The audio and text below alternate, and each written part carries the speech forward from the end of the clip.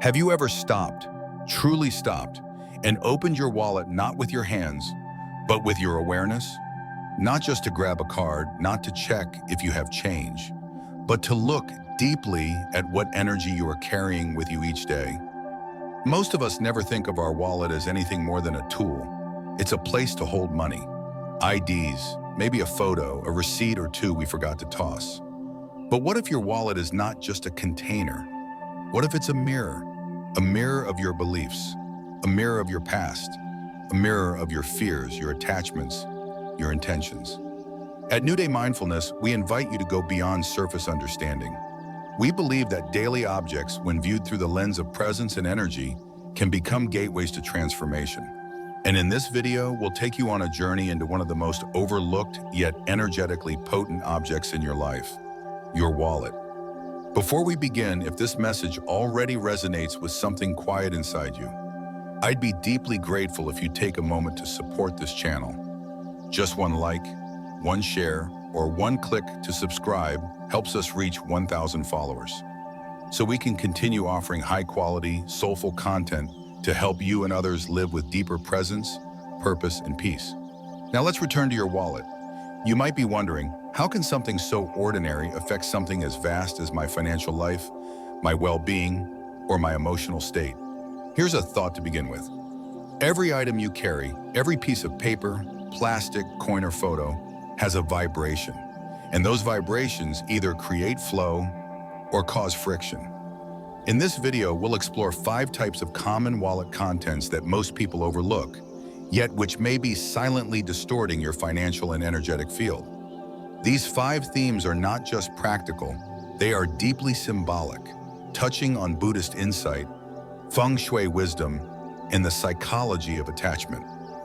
Each section offers not only analysis but also personal stories, meditative rituals, and intentional practices you can apply today to realign your wallet and your life with the energy of abundance.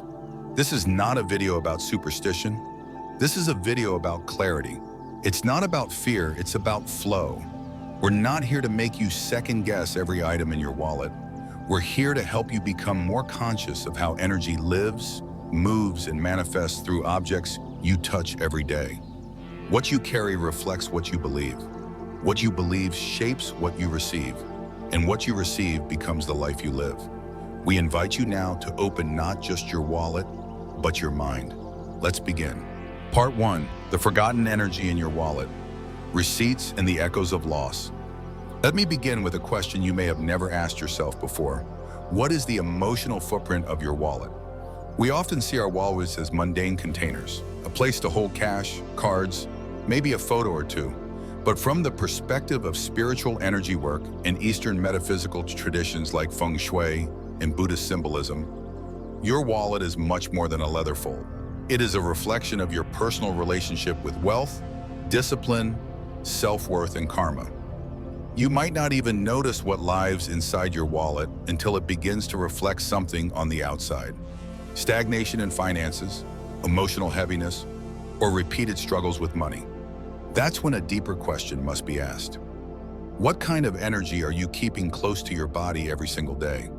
And if you're like most people, one of the first things you'll find when you open your wallet is a crumpled receipt, maybe from the grocery store, your last online order, or a spontaneous purchase from last week. Innocent as it may seem, the receipt is more than just a slip of paper. It is a record of what you've already let go of. And if you're holding on to that record unconsciously, you may be holding on to the energy of lack. In Eastern teachings, there is a subtle law of correspondence. What is inside reflects what is outside. In Buddhism, this is the principle of interdependent origination, pratitya samutpada. Everything arises in dependence upon other things.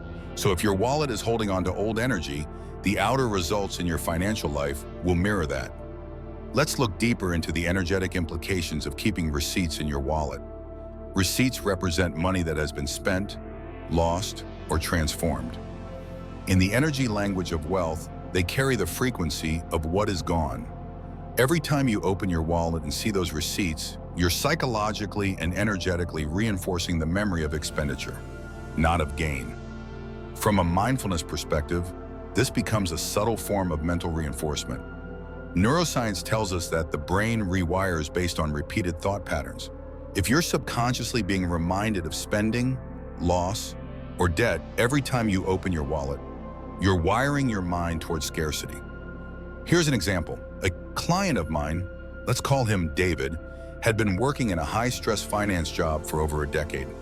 Despite making a good income, he never felt abundant. He constantly worried about money. When we sat down and analyzed his energy patterns, we discovered he kept every single receipt from the last 6 months in his wallet.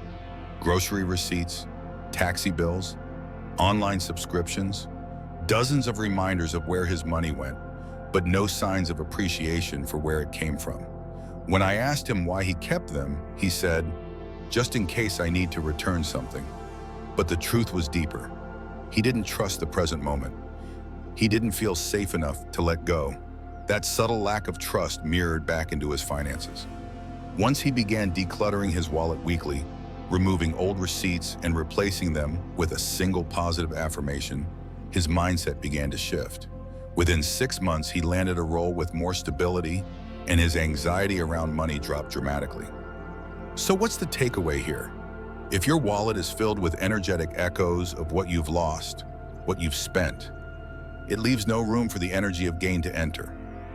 Your wallet becomes a museum of the past, not a sanctuary for future prosperity.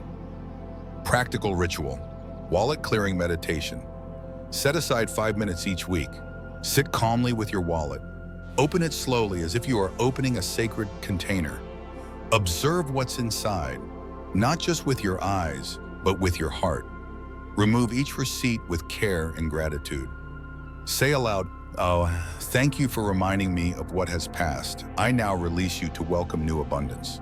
Breathe deeply as you throw away or recycle the receipts.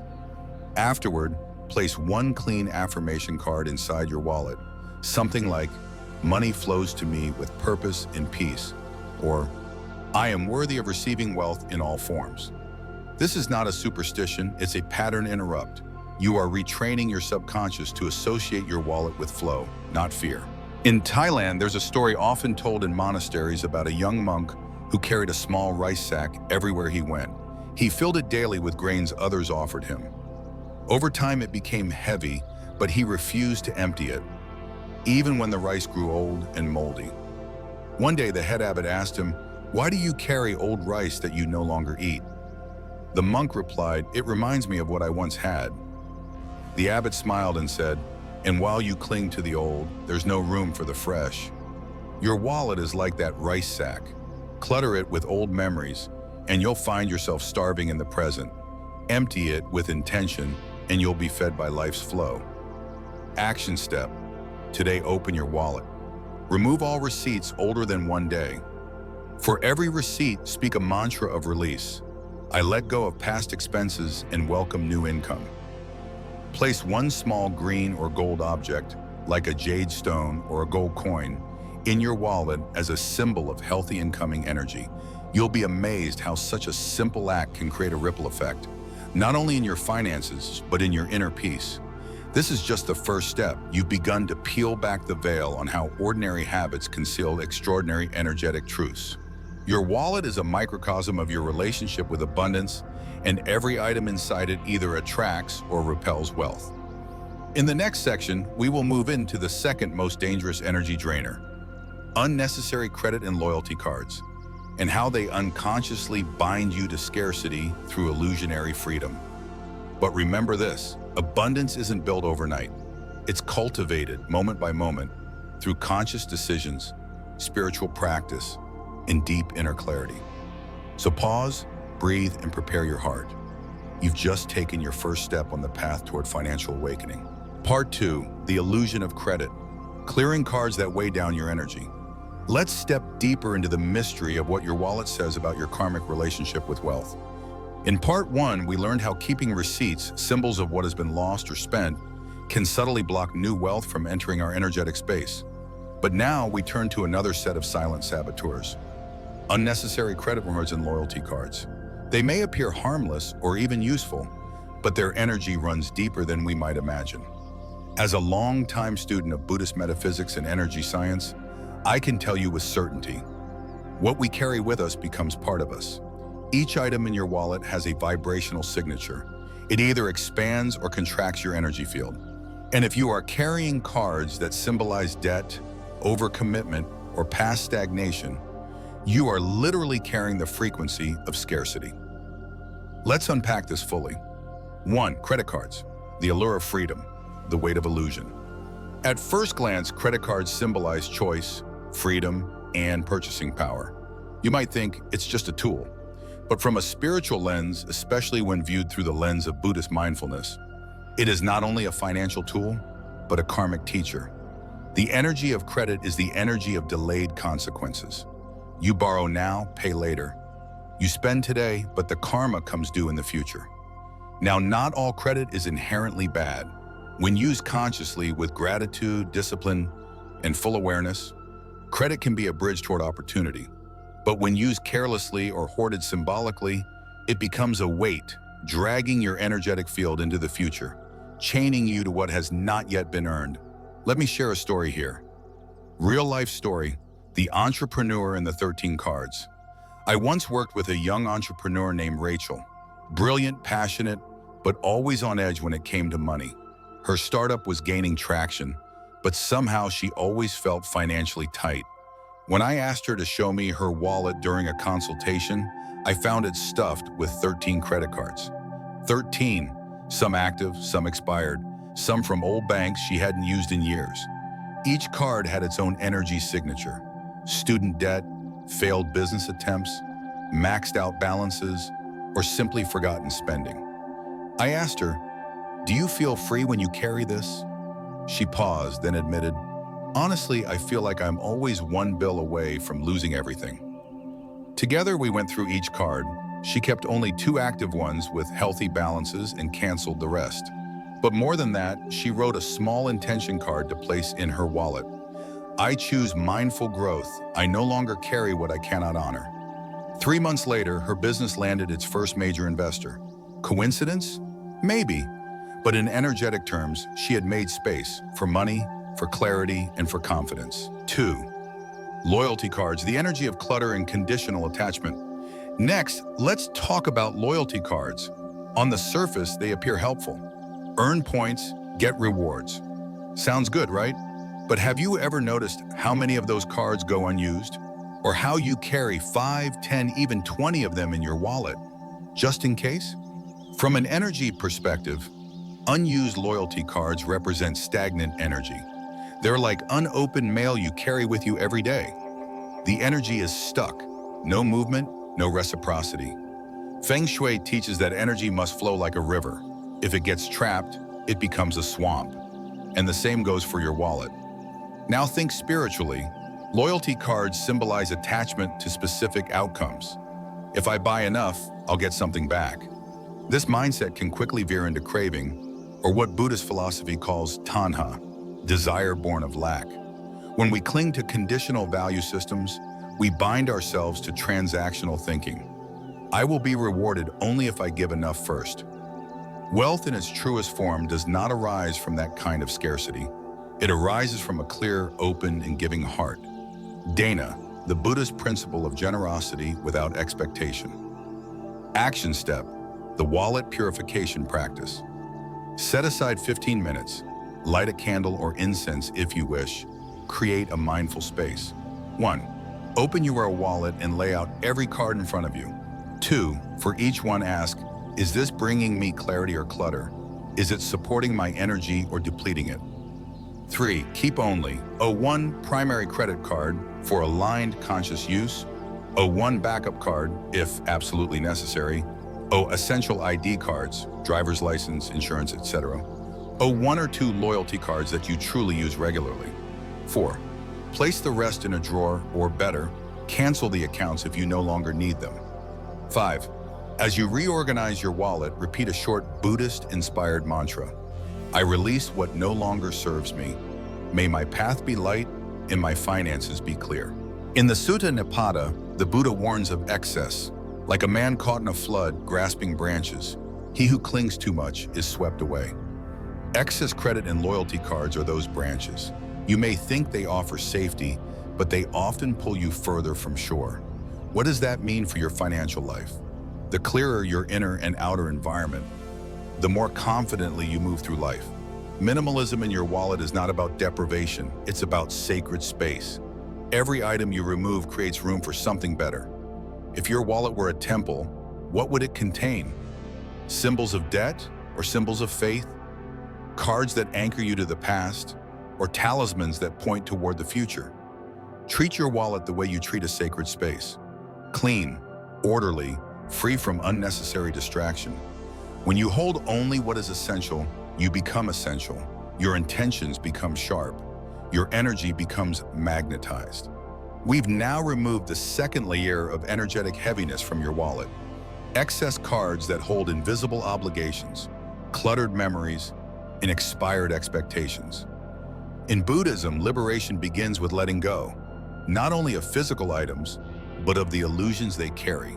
Illusions of safety, convenience, or reward that mask fear and scarcity underneath. And remember, a light wallet does not mean an empty one. It means you've made space for the right energy to dwell. In the next part, we'll go deeper. We'll examine how seemingly unrelated objects, miscellaneous items like paper scraps, keys, or trinkets, can disturb the flow of energy inside your wallet, and by extension, inside your life. We'll also explore how to realign the function of your wallet with the principles of Dharma: right livelihood, right intention, and right effort. You don't want to miss that, because once you clear the visible clutter, the subtle energies begin to emerge, and those are the ones that hold real power. Until then, may your wallet be light, your heart be free, and your path be illuminated by wisdom. Part 3, unnecessary items. The silent disruptors of your financial energy. Let's take a deep breath together. Now ask yourself a question most people never consider. What exactly is living in your wallet? I'm not talking about cash or credit cards this time. I mean everything else. The odds and ends, the just-in-case items, the forgotten pieces of your daily life. Is there an old fortune from a Chinese cookie folded in the corner? A coin you picked up in another country that you've kept for luck? A folded Post-it note with a list you no longer remember? A key to a lock you haven't used in years? These things might seem small, harmless, even sentimental. But when it comes to the energetic harmony of your wallet, which is, whether you realize it or not, a daily spiritual object, these so-called little things carry big consequences. Let me explain. In Buddhist philosophy, we recognize that everything is impermanent, interconnected, and full of energetic charge. Everything you carry on your body each day, especially something as intimate and energetically close as your wallet, imparts an influence. It's not just about tidiness, it's about flow, intention, karma. When you keep unrelated or miscellaneous objects in your wallet, you're sending a mixed message to the universe and to your own subconscious. I am unclear about what I want to receive. And what does the universe do with unclear energy? It reflects it right back at you in the form of financial inconsistency, missed opportunities, and emotional heaviness. 1. The principle of energetic clarity. In the same way a shrine should only contain sacred symbols, your wallet should only contain items that align with the energy of wealth, stability, and focus. Let me be clear, your wallet is not a storage container. It's a declaration. It says something about who you are, how you think about wealth, and how much mental clarity you're cultivating. When you allow miscellaneous junk to build up in your wallet, scraps of paper, ticket stubs, random keys, trinkets you don't remember the story behind, you're not just losing physical space, you're cluttering your financial intention. Imagine this. You go to a temple to light incense, but when you walk in, the altar is covered in plastic wrappers, unpaid bills, receipts from 5 years ago, and coins from 20 countries. How would you feel? Your wallet is that altar, and your offerings matter. 2. Story, the architect who couldn't build abundance.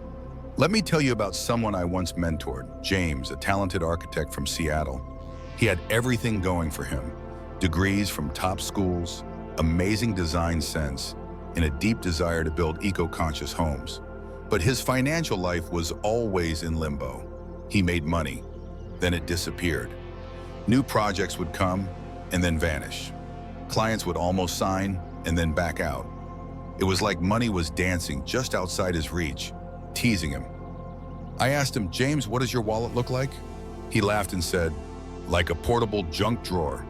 And he wasn't exaggerating. Inside, I found a key to a gym he no longer attended, a folded boarding pass from a trip 3 years ago, a love note from an ex, 4 random business cards he never intended to call, a guitar pick he didn't even play guitar. Each item carried energy, some nostalgic, some expired, some unresolved. Together, they created confusion in his energetic field. He was carrying the forgotten and the irrelevant, all while trying to manifest a clear, prosperous future. He removed everything non-essential. I told him to keep only what directly supported his financial flow. ID, 1 bank card, 1 symbolic coin, a clean affirmation. And I suggested 1 ritual. Each time he opened his wallet, he should breathe deeply and silently recite, "I am open to receiving wealth with clarity and grace." It took about 2 months, but soon the fog began to lift. He landed a consistent retainer client, then 2 more. Then a publisher approached him to create a coffee table book on sustainable architecture. It wasn't magic, it was energetic alignment. 3. The Buddhist view, Sanya and Sankara. In the teachings of the Buddha, we are reminded that perception, Sanya, shapes formation, Sankara. What you perceive becomes what you build. If you see your wallet as a dumping ground, a dead space, a place where old randomness gathers then that's the formation you're constructing in your life. In contrast, if your wallet is a space of purpose, lightness, clarity, and devotion, then that formation takes shape too. When you clean your wallet, you clean your mind. When you eliminate what's unnecessary, you activate what is essential. This isn't minimalism as a fashion trend. This is spiritual engineering. 4. Feng Shui and insight, your wallet as an energy vortex. In classical Feng Shui, everything has energy, and the wallet, because it's carried close to your body and used daily, is a high vibration object. That means it must remain open to the free circulation of energy, or qi. When you add objects that do not belong in that frequency field, you block the flow. You create energetic friction. That friction becomes resistance. That resistance becomes scarcity. You might not feel it immediately, but it shows up subtly. Delays in payments, clients going silent, misplacing money, buying things you later regret, hesitation to ask for what you're worth. These are not just life problems. These are energetic echoes of a deeper blockage. And sometimes all it takes is removing that broken pencil from your wallet to release it. Here's a short list of the most common items I've found in people's wallets that energetically do not belong. Expired gift cards. Random coins from foreign countries you're not visiting again soon. Pieces of string, gum wrappers, candy wrappers, old appointment reminders, flash drives, ripped or discolored photographs, paper clips, pins, staples, receipts, as we've already discussed in part 1, emotional tokens from past relationships. Remember, even a good memory, if it's not in alignment with your current intention, can become energetic drag. Here's a simple 5-step process you can follow today. 1. Sit in silence. Hold your wallet in your hand. Close your eyes. 2. Say silently, "This is a space of clarity, abundance, and purpose." 3. One by one, remove each non-essential item. As you do, whisper, "Thank you for what you've taught me. I now let you go." 4. Once emptied, wipe your wallet clean. Inside and out, not just physically, but energetically. 5. Place back only what truly serves you. 1, 2 essential cards, your ID, a prosperity symbol, such as a gold coin or a small piece of red fabric, and an affirmation card. You'll feel the shift instantly, like removing weights you didn't realize you were carrying. A wise Zen master once said, "Enlightenment isn't found in what you add, but in what you remove." That teaching applies perfectly here. Your financial life isn't blocked by lack, it's blocked by clutter, noise, unconscious attachments. The moment you remove what doesn't belong, you make space for what always did: your worth, your clarity, your wealth, your dharma. In the next part, we'll go deeper into a more subtle danger, carrying spiritual tools in your wallet that you don't fully understand, amulets and talismans that may actually be working against you. Just because something is spiritual doesn't mean it's aligned. And just because something is protective doesn't mean it protects you. We'll look at real stories of people who unknowingly block their prosperity by carrying powerful items of unknown origin. And I'll teach you how to choose spiritual objects with wisdom, precision, and energetic alignment. Stay with me. We're only just beginning to clean the temple of your abundance. Part 4, the misguided blessing. Amulets of unknown origin and their hidden impact. Let's pause and reflect. In the last parts of our journey, we spoke about the physical clutter, the receipts, the credit cards, the forgotten objects that silently sabotage your financial energy. But now we step into subtler territory, into the realm of spiritual symbolism, into the sacred and sometimes the misunderstood. I want to talk to you about amulets and talismans, objects of power, spiritual tools we carry with the intention of protection, prosperity, and blessings. But just like medicine taken without knowing its purpose, not all talismans heal, some harm. I've seen it far too often.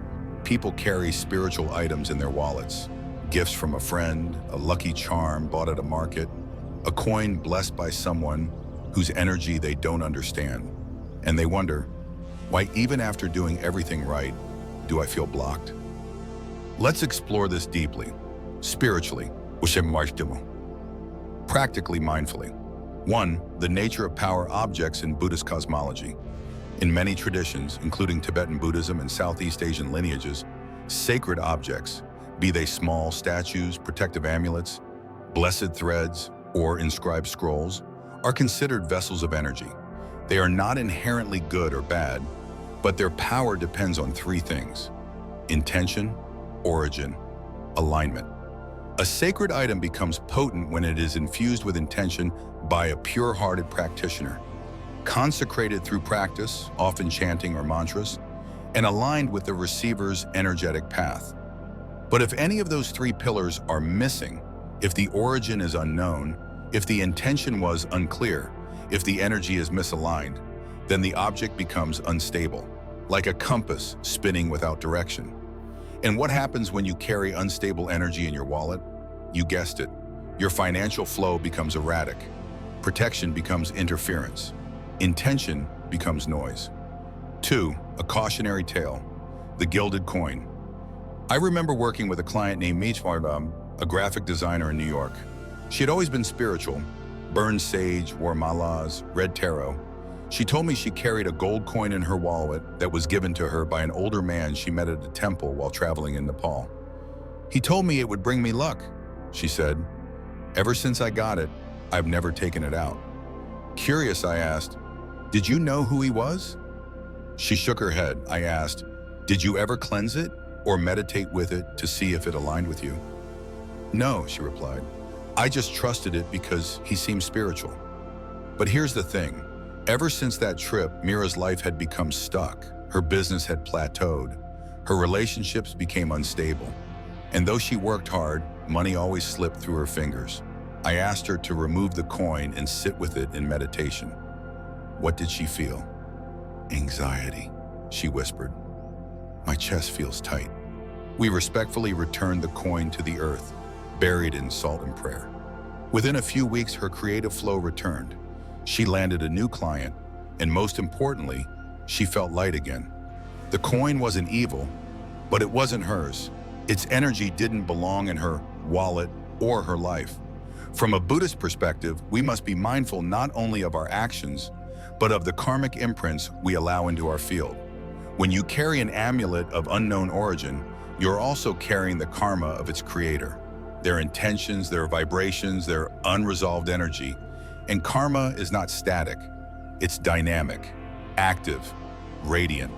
Carrying someone else's spiritual energy is like wearing their clothes, their scent, their emotions, without your consent. That's why the Buddha emphasized the importance of right view and right intention, samaditthi and samasankappa. Even well-meaning actions, if founded on ignorance, can create suffering. The same applies to your wallet. You may think you're attracting wealth with that mysterious charm, but if its energy is incompatible, you're inviting confusion, not clarity. In Feng Shui, objects are not merely decorative. They are symbolic extensions of your personal qi. Carrying a spiritual object you don't understand is like placing a mirror in your home that doesn't reflect your face. Everything in Feng Shui depends on clarity of source, alignment with the 5 elements, directional intention. A talisman given by a monk you deeply trust, infused with prayer and meaning, that's a powerful ally. A trinket bought at a market from someone who said, "It's lucky," with no context, that's energetic roulette. Would you ever invite a stranger to sleep in your bed because they said, "Don't worry, I'm good luck"? Of course not. But many people do this with their wallets every day. Ask yourself these 5 questions. 1. Do I know where this item came from? 2. Was it created or blessed by someone I trust or respect spiritually? 3. Do I feel calm, grounded, or uplifted when I hold it? 4. Has my financial or emotional energy improved or worsened since I began carrying it? 5. Have I ever cleansed it or attuned it to my own energy? If you answer no to most of these, the object may not be serving you. That doesn't mean you have to throw it away, but you should consider removing it from your wallet and placing it in a neutral space, perhaps on an altar, in a cleansing bowl of salt, or in a nature spot for rest. If you do wish to carry a spiritual talisman in your wallet, choose wisely. Here are some suggestions. A blessed coin from a temple you have personally visited, a mantra card with a phrase that centers you like Om Mani Padme Hum, a small piece of red fabric symbolizing prosperity in many cultures, a Bodhi leaf from a sacred tree, a symbol you've meditated on and feel energetically connected to. But always remember, less is more. Don't overload your wallet with half-trusted symbols. One well-aligned item is more powerful than 10 random charms. If you're keeping a spiritual item in your wallet, consecrate it with intention. Wash it gently with salt water or sacred incense smoke. Place it on your altar or a clean surface. Sit in meditation and hold it with both hands. Say aloud, "May this object be aligned with my highest good. May it serve as a vessel of clarity, protection, and abundance." Only after this should you carry it with you and revisit the cleansing monthly. Your wallet is not just a place where money lives. It's a container of karma, of beliefs, of choices. And the objects you place in it carry a silent vibration into your everyday life. When you carry unknown energy, you also carry its shadows. But when you carry aligned energy, you walk with purpose. The Buddha taught, "You are not punished for your anger, you are punished by your anger." Similarly, you are not blocked by the object. You are blocked by your attachment to misunderstanding it. Let go. Trust your intuition. Let your wallet become a sacred mirror. Clear, intentional, spiritually aligned.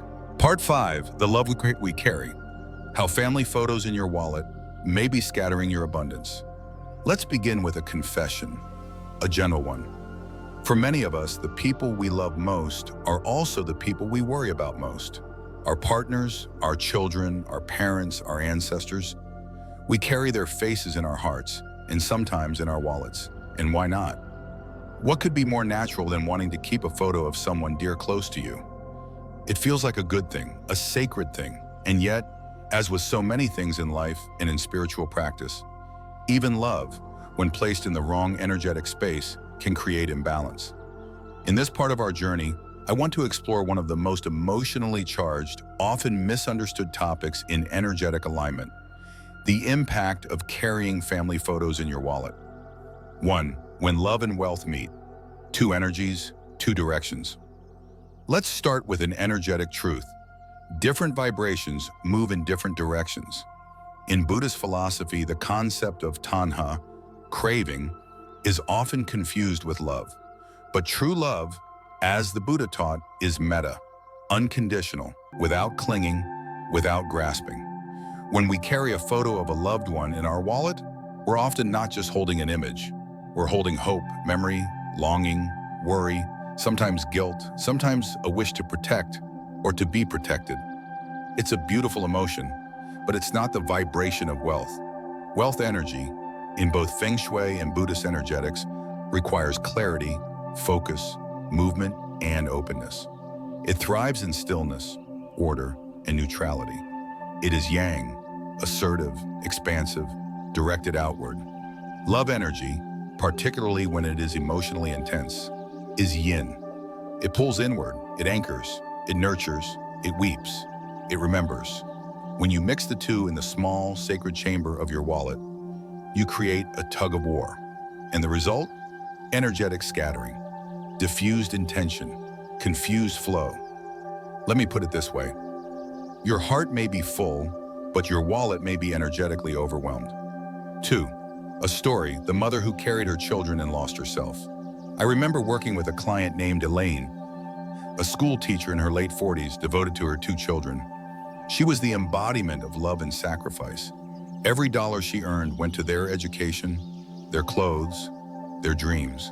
When I asked to see her wallet during a consultation, she opened it and pulled out 2 school pictures of her kids, a photo of her late husband, a small card with her mother's handwriting, a lock of her daughter's hair from kindergarten, all lovingly placed, all full of meaning, but also heavy, so very heavy. I asked her gently, when you open your wallet, do you feel peace or responsibility?